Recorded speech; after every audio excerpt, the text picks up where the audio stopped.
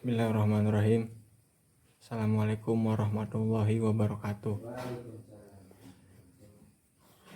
Perkenalkan, nama saya Sepnanang Hidayat dari kelas B semester 2. Di sini saya ingin membuat video mengenai teori yang ada dalam mata kuliah teori bimbingan konseling Islam yang kemudian diampu oleh Ibu Sita. Bismillahirrahmanirrahim. Alhamdulillahirabbil alamin. Wa bihi nasta'in wa ala umuri dunya waddin. Shalatu wassalamu ala asyrafil anbiya'i wal mursalin wa ala alihi wa sahbihi ajmain. Amma ba'd. Kali ini teori yang ingin saya bawakan yaitu teori trait and factor. Jadi teori trait and factor adalah pendekatan dalam psikologi yang dikembangkan oleh Frank Pearson, yang kemudian teori ini berfokus pada karakteristik yang kemudian disebut dengan istilah trait dan tuntutan dalam pekerjaannya yang kemudian disebut faktor.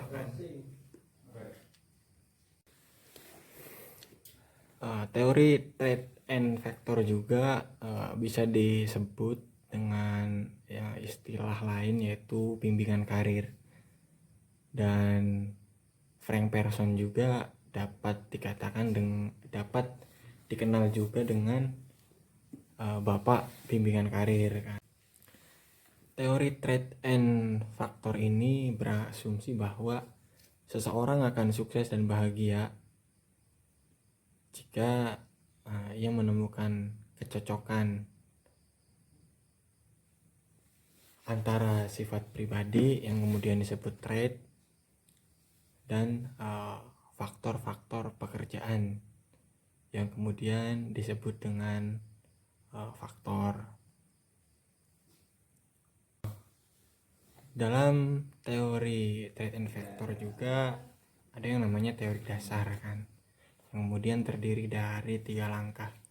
Yang pertama yaitu memahami individunya, trait. Memahami individunya ini meliputi dengan minat, bakat, kesukaan, kepribadian, dan kemudian kan kita memahami pekerjaan, faktor. Menganalisis informasi tentang pekerjaannya, apakah pekerjaan tersebut sudah cocok dengan minat dan bakat atau belum, dan apakah pekerjaan tersebut sudah sesuai dengan karakteristik si orang tersebut. Dan kemudian kita cocokkan, membuat mencocokkan, atau dalam istilahnya itu matching kan, antara minat, bakat, dan pekerjaan itu kita cocokkan hingga menghasilkan pekerjaan yang memang dirasa cocok. 3 hal tersebut juga dapat dikatakan dengan konsep kunci. Jadi tadi kan trait, faktor, dan matching itu dapat dikatakan dengan konsep kunci. Dalam teori trait and factor juga ada yang namanya teori dasar kan, yang kemudian terdiri dari 3 langkah. Yang pertama yaitu memahami individunya, trait. Memahami individunya ini meliputi dengan minat, bakat, kesukaan, kepribadian, dan kemudian kan kita memahami pekerjaan, faktor. Menganalisis informasi tentang pekerjaannya, apakah pekerjaan tersebut sudah cocok dengan minat dan bakat atau belum, dan apakah pekerjaan tersebut sudah sesuai dengan karakteristik si orang tersebut. Dan kemudian kita cocokkan, membuat mencocokkan, atau dalam istilahnya itu matching kan, antara minat, bakat, dan pekerjaan itu kita cocokkan hingga menghasilkan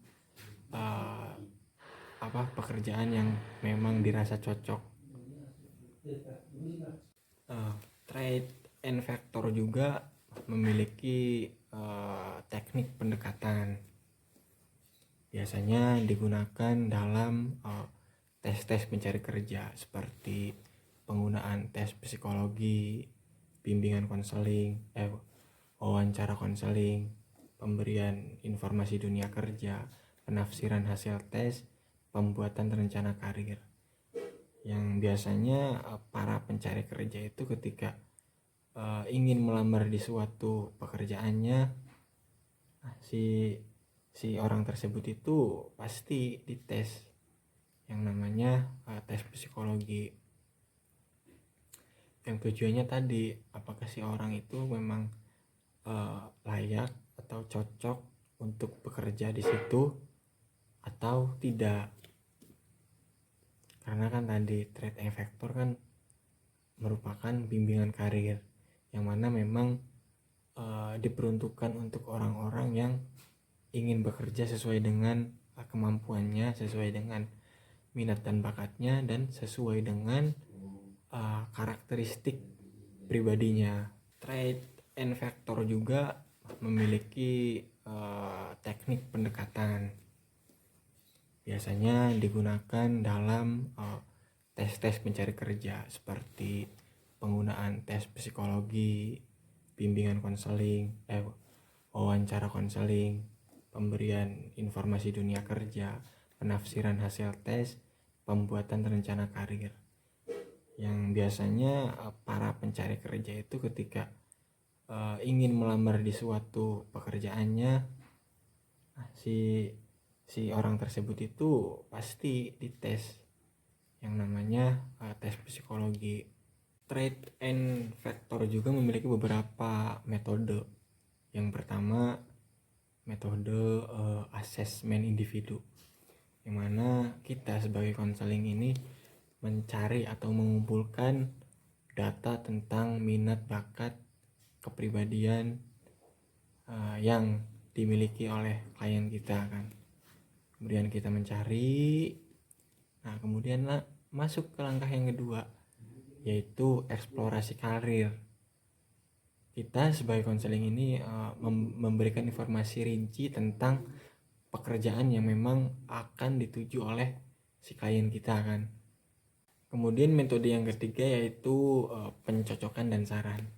Nah, kita sudah mengumpulkan data tentang minat, bakat, dan kepribadiannya. Kemudian kita sudah memberikan informasi rinci tentang pekerjaan apa yang memang akan dituju. Beberapa pekerjaan kita jelaskan secara rinci. Nah, kemudian kita tahap yang ketiga, metode yang ketiga yaitu pencocokan dan saran. Kita cocokkan mana pekerjaan yang cocok kiranya dengan kepribadian yang telah ia miliki, dan kita kasih saran kan, ternyata kamu ini cocoknya ke pekerjaan yang ini. Nah, kemudian kita masuk ke metode yang selanjutnya yaitu perencanaan dan tindakan. Kita membantu untuk merencanakan, membantu untuk membuat step by step jenjang yang kemudian mungkin dia akan tempuh untuk mendapatkan pekerjaan tersebut. Misal dengan pelatihan, pendidikan, dan lain sebagainya yang kemudian dapat menunjang si orang tersebut itu yakin dengan pekerjaannya, mampu dan kompeten dengan pekerjaannya.